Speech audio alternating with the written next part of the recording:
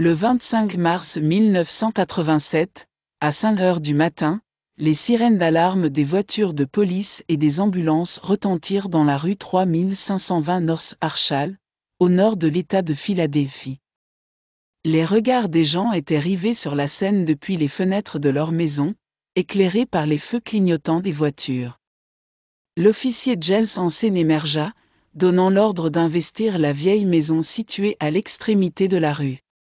Cette maison avait suscité la colère et les plaintes des voisins en raison de l'homme excentrique qui y résidait. Un groupe d'agents de police avança pour perquisitionner, mais les fenêtres et les portes de la maison étaient entourées de fils barbelés et de barres de fer, obligeant les policiers à enfoncer la porte de force.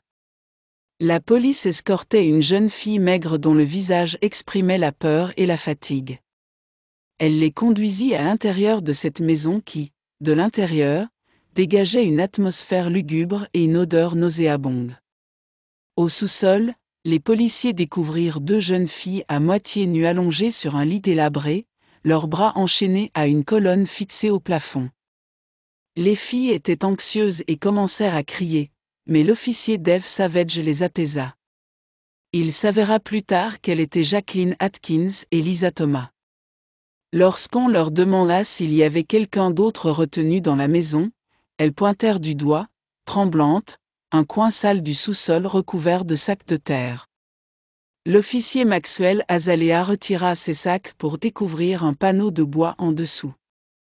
En le retirant, il trouva une fosse de 4 pieds de profondeur, abritant une jeune fille à moitié nue, identifiée plus tard comme Agnès Adams.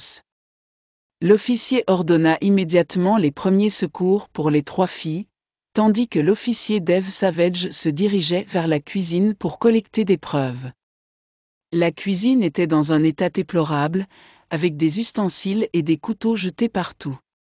Une machine à hacher la viande était découverte, couverte de résidus putréfiés, et sur la cuisinière, un pot en aluminium portant une couche de graisse jaune avec en dessous ce qui semblait être des causes humaines brûlées.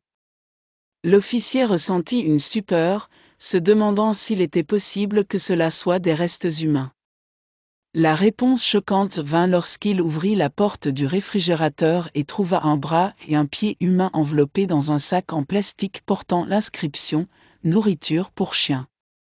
L'officier sortit précipitamment de la maison et ordonna une recherche de la cour arrière à la recherche de plus de restes humains, mais en vain.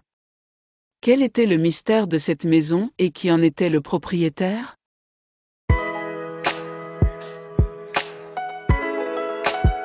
Le tueur en série Jerry Michael Idnick.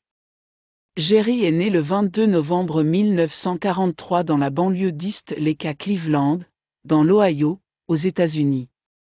Cependant, ses parents divorcèrent en 1946, le forçant à vivre avec sa mère Hélène et son jeune frère Terry après son remariage avec un autre homme. 4 ans plus tard, il retourna vivre avec son père Michael, qui s'était également remarié. L'enfance de Jerry fut extrêmement difficile, son père le punissait sévèrement lorsqu'il mouillait son lit la nuit, allant jusqu'à suspendre ses draps à la fenêtre pour que les gens les voient, provoquant honte et humiliation. À l'école, Jerry était un élève timide et isolé, évitant le regard de ses camarades. Il souffrait de troubles mentaux à la suite d'une chute d'un arbre qui lui avait causé une blessure profonde à la tête.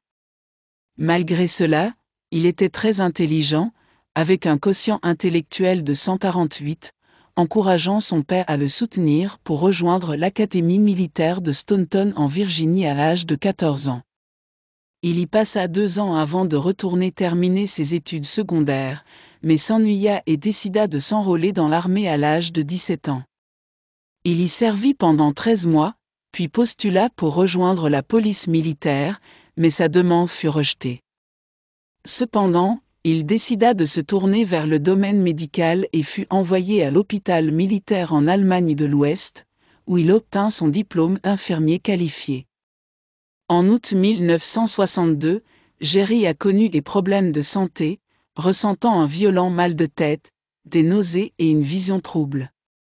Il a reçu un traitement et a été diagnostiqué avec un trouble schizoïde de la personnalité, obtenant ainsi une libération honorable de son service militaire. Il a ensuite travaillé comme infirmier dans un hôpital psychiatrique pour les anciens combattants à Coatesville, en Pennsylvanie. Cependant, il a perdu son emploi en raison de sa négligence et de son mauvais traitement envers les patients. Il a ensuite sombré dans une spirale de troubles mentaux, faisant plusieurs séjours en hôpital psychiatrique et tentant de se suicider à 13 reprises. En 1970, sa mère a décidé de se suicider en buvant du poison après une longue lutte contre le cancer des os. Son frère cadet a également développé des troubles mentaux et a été admis à l'hôpital psychiatrique, essayant lui aussi de se suicider à plusieurs reprises. En octobre 1971, Jerry a ouvert un compte bancaire au nom de l'Église et y a déposé $1 500. Au fil des années, grâce à son intelligence, il a connu un immense succès sur le marché boursier, amassant une somme de $550 000. En 1976, Jerry a agressé un homme, lui brisant le visage car il n'avait pas payé le loyer de sa maison. En 1978, Jerry a kidnappé une jeune fille mentalement handicapée du nom d'Alberta, l'a retenue dans la cave de sa maison, l'a violée et torturée. La police a réussi à l'arrêter et à la sauver. Elle était dans un état lamentable, infectée par la gonorrhée contractée à cause du viol. Au tribunal, plusieurs chefs d'accusation ont été énumérés, suffisant pour le condamner à une longue peine de prison. Cependant, en raison de son historique médical, le tribunal a décidé de le placer en détention dans un hôpital psychiatrique. Il a été libéré sur recommandation du programme de santé mentale le 12 avril 1983, après avoir passé 3 ans en traitement continu. Pendant cette période, Jerry a eu des relations amoureuses avec plusieurs femmes. Il a réussi à rencontrer une femme philippine du nom de Betty Besto, avec qui il correspondait par courrier pendant 2 ans.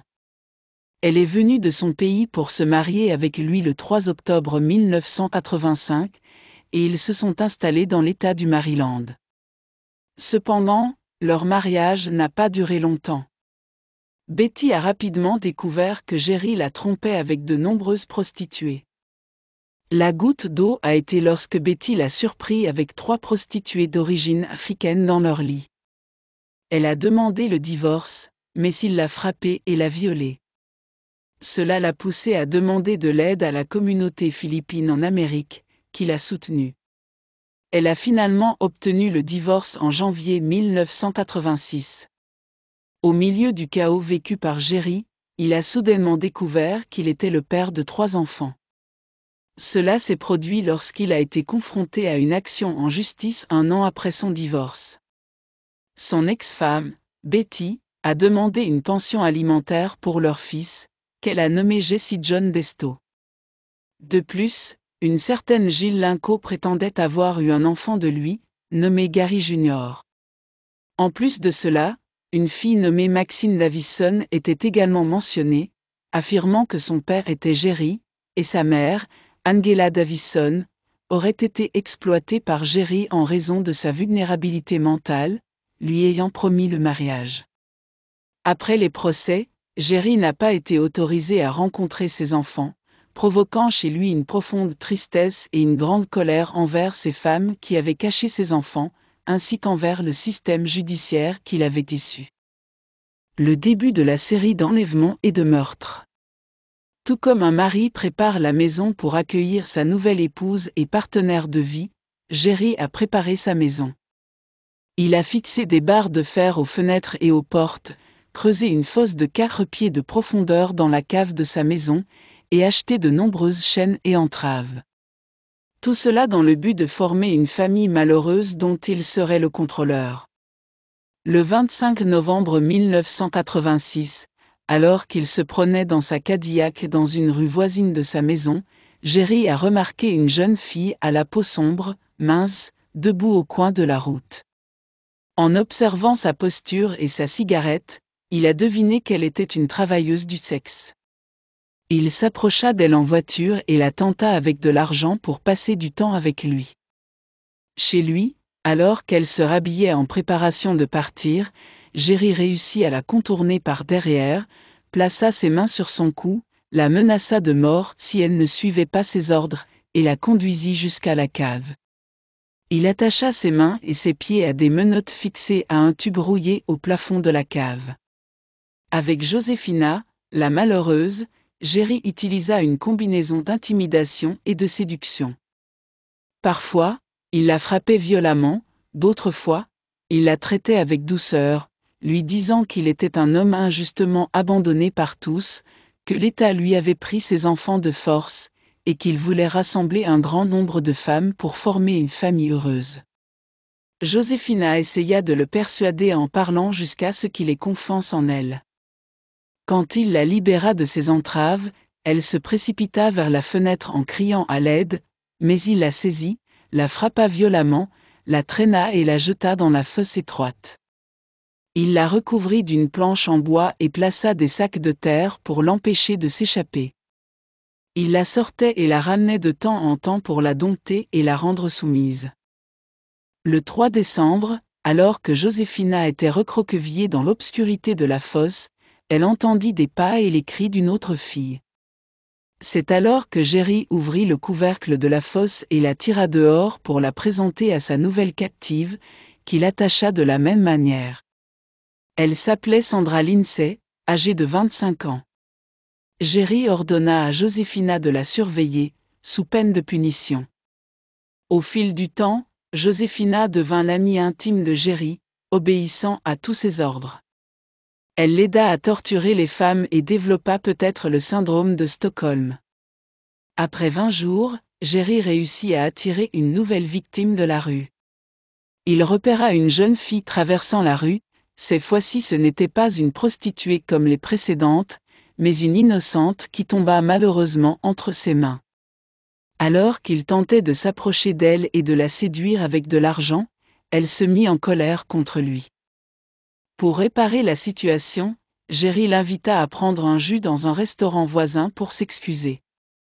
Là, elle se présenta comme Lisa Thomas, âgée de 23 ans. Pendant qu'elle buvait le jus, elle ressentit un terrible mal de tête. Jerry avait mis un sédatif dans sa boisson sans qu'elle s'en rende compte, puis il l'emmena chez lui et la plaça dans la cave aux côtés des 2 précédentes victimes. Le traitement de Jerry envers les filles s'est aggravé, et il a commencé à exercer ses tendances sadiques en les frappant et en les violant continuellement. Il les a même forcées à avoir des relations sexuelles entre elles pendant qu'il s'asseyait, profitant de les regarder. Il avait l'habitude d'augmenter le volume de la musique à partir d'un magnétophone pour couvrir les sons de leurs cris. Après les avoir utilisés, il les enfermait dans la fosse, les maintenant enchaînés pendant de longues périodes. Afin d'éviter tout soupçon sur la disparition des filles, il les obligeait à écrire des cartes de vœux d'anniversaire et les envoyait à leur famille avec une somme de $10 pour les rassurer. Un jour, Sandra tenta de déplacer la planche de bois, mais Jerry la frappa violemment, lui fracturant la mâchoire. Il la ligota par les mains au plafond de la pièce pendant 1 semaine. Pendant cette période, Sandra ne put pas manger en raison de sa blessure et développa une forte fièvre. Elle essaya de gagner la sympathie de Jerry en prétendant être peut-être enceinte, mais il ignora ses supplications. En février 1987, les 2 filles crièrent et informèrent Jerry que Sandra pourrait être morte. Jerry ridiculisa leurs paroles, mais fut choqué lorsqu'il sentit son pouls s'arrêter et sa respiration cesser. Il la libéra rapidement de ses entraves et la transféra à l'étage supérieur. Pendant ce temps, le silence régnait, tandis que les chuchotements des 2 filles montaient, se demandant le sort de la pauvre Sandra. Peu de temps après, le silence fut interrompu par le bruit d'une scie électrique, terrifiant les 2 filles. À ce moment-là, Jerry découpait le corps de Sandra à l'étage supérieur. Après avoir démembré son corps, il plaça ses mains et ses pieds dans le réfrigérateur, enveloppé dans un plastique avec l'inscription « Nourriture pour chien ». Quant à la tête, il la mit dans une casserole d'eau chaude et choisit une partie de la cage thoracique qu'il plaça sur le feu pour commencer un barbecue macabre. Cette odeur nauséabonde se répandit dans le sous-sol, atteignant même les maisons des voisins, qui alertèrent la police. Quelques heures plus tard, 2 policiers frappaient à la porte de Jerry pour enquêter sur l'origine de l'odeur. Il leur dit qu'il avait organisé un barbecue avec des amis, mais qu'il s'était endormi et que la viande avait brûlé. Cependant, les policiers ne furent pas dupes. Jerry retourna à l'intérieur, mélangea la viande cuite avec la nourriture pour chiens, et servit ce repas dégoûtant aux 2 filles qui ne savaient rien de la composition de ce repas ni du sort de Sandra. Pour compenser la perte de Sandra, Jerry décida de kidnapper une autre fille. Il choisit Deborah Dudley, âgée de 23 ans, et parvint à la kidnapper malgré sa résistance le 2 janvier 1987. Il enchaîna ensuite avec l'enlèvement de Jacqueline Asquin, 18 ans, le 18 janvier. Après avoir kidnappé 4 filles au total, Josefina, chargée de torturer les filles, devint sa surveillante et, en échange, Jerry la traita de manière spéciale, l'excluant des séances de torture auxquelles les autres étaient soumises. Profitant de cette opportunité, Josefina informa Jerry que les filles complotaient contre lui pour s'évader. Furieux, Jerry mit du ruban adhésif sur leur bouche pour étouffer leurs cris, puis il leur fracassa les oreilles avec un tournevis pour qu'elles perdent l'ouïe et ne puissent plus communiquer entre elles. Cependant, cela n'affaiblit pas la détermination de Deborah, qui résista de toutes ses forces. Jerry la traîna alors par les cheveux jusqu'à l'étage supérieur, lui montrant la tête de Sandra et le reste de son corps conservé dans le réfrigérateur. Puis il la ramena en bas, tremblante de terreur après ce qu'elle avait vu, et informa les autres filles de ce qui était arrivé à Sandra. Malgré cela, Deborah continua de se rebeller contre Jerry et incita les autres filles à s'opposer à lui. Le 19 mars, Jerry traîna les 3 filles, Lisa, Deborah et Jacqueline, jusqu'à la fosse et la remplit d'eau avec l'aide de Josefina. Ensuite, Josefina brancha le fil électrique sur la prise, provoquant une décharge électrique pour les autres filles dans la fosse. Pour intensifier la torture, Jerry connecta le fil électrique au collier fixé autour du cou de Deborah, la faisant se tordre de douleur jusqu'à ce que ses mouvements se calment et que sa tête retombe dans l'eau. Jerry traîna ensuite son corps jusqu'à l'étage supérieur, suivi de Josefina titubante. Une fois la porte fermée, Jerry s'assit devant le cadavre, tenant sa tête entre ses mains. Lorsque Josefina lui demanda ce qu'il allait faire du corps, il répondit qu'il s'en débarrasserait dans une zone isolée. Il sortit alors une feuille de papier et un stylo de sa poche, forçant Josefina à écrire une lettre avouant qu'elle avait tué Deborah. Puis il conserva la lettre, redescendit au rez-de-chaussée et distribua de la bonne nourriture et des glaces aux autres filles comme une forme de rédemption pour son crime. Le 23 mars, Jerry ordonna à Josefina de mettre ses vêtements pour sortir avec lui afin de se débarrasser du corps. Il conduisit sa voiture jusqu'à la forêt de Pine Barren dans le New Jersey, où il jeta le cadavre entre les arbres. Sur le chemin du retour, Josefina tenta de convaincre Jerry de lui permettre de visiter sa famille, mais il refusa sa demande.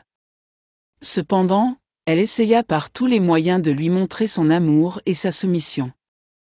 Comme preuve de sa sincérité, elle lui proposa de l'aider à kidnapper une nouvelle fille. Elle attira avec succès Agnès Adams, 24 ans, dans la voiture de Jerry, qui la conduisit à la maison de l'horreur et l'ajouta au groupe des filles kidnappées. Jerry se sentit soulagé et satisfait de Josefina, lui promettant de la laisser partir pour visiter sa famille. Il la menaça cependant, disant que si elle s'échappait ou le signalait à la police, elle serait impliquée dans le crime à cause de la lettre qu'elle avait écrite de sa propre main. Il avait l'habitude de se soustraire à ses crimes en prétendant être mentalement malade.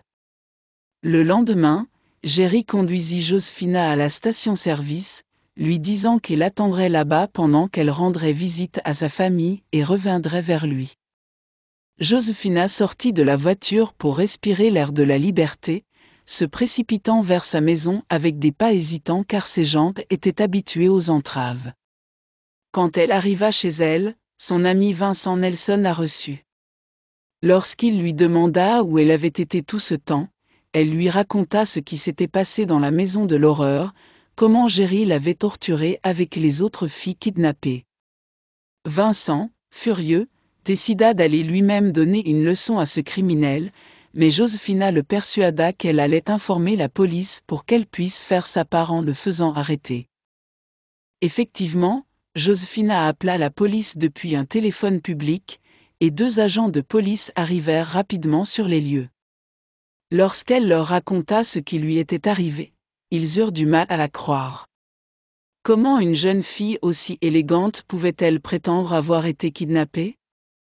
Cependant, lorsqu'elle montra ses jambes et révéla les marques des entraves sur sa peau, les policiers la crurent immédiatement.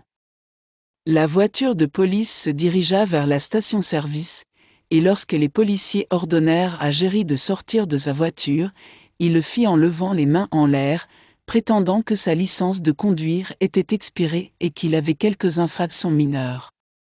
Cependant, lorsqu'il aperçut Josefina dans la voiture de police, il réalisa que la police avait découvert son crime. Il fut emmené au poste de police pour être interrogé, et aux premières heures du matin, la police perquisitionna sa maison, libérant les filles kidnappées et recueillant des preuves contre lui. En cours, Jerry Eng a été accusé d'enlèvement et de viol de 6 jeunes filles, ainsi que du meurtre de 2 d'entre elles. Il n'a pas été prouvé qu'il avait consommé de la chair humaine. Jerry a nié être le kidnappeur, prétendant les avoir trouvées dans la cave après avoir emménagé dans la maison, et affirmant que les filles avaient tué Sandra parce qu'elle était lesbienne. Il a également prétendu être mentalement malade, se référant à son historique médical et prétendant avoir été en traitement dans des hôpitaux psychiatriques. Cependant, le ministère public a prouvé que ces allégations étaient fausses. Les documents ont montré qu'il s'était rétabli de sa maladie avant de quitter l'hôpital psychiatrique. De plus, il était très intelligent et avait réussi à accumuler $550 000 sur le marché boursier. Il représentait également une menace pour la société, avec un passé criminel rempli de meurtres, d'enlèvements et de viols. En conséquence, Jerry Eng a été condamné à la peine de mort le 1er juillet 1988, et il a été transféré à la prison de Pittsburgh en Pennsylvanie pour être exécuté par injection létale. En janvier 1989, il a tenté de se suicider en prenant une surdose de médicaments antipsychotiques, mais a été secouru. En 1997, sa fille Maxine Davison a tenté, en collaboration avec son ex-femme Betty, de déposer une plainte d'injustice devant la cour, arguant que son père n'était pas mentalement compétent. Cependant, la cour a confirmé la condamnation à mort le 3 juillet 1999.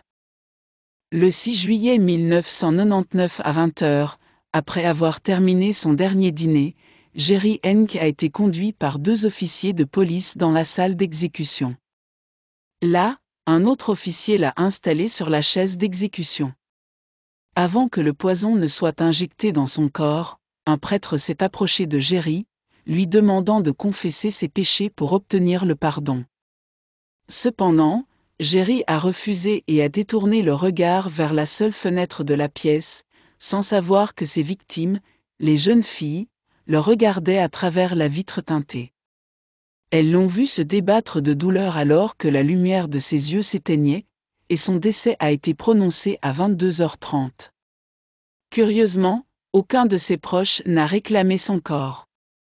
Sa dépouille a été envoyée pour être incinérée.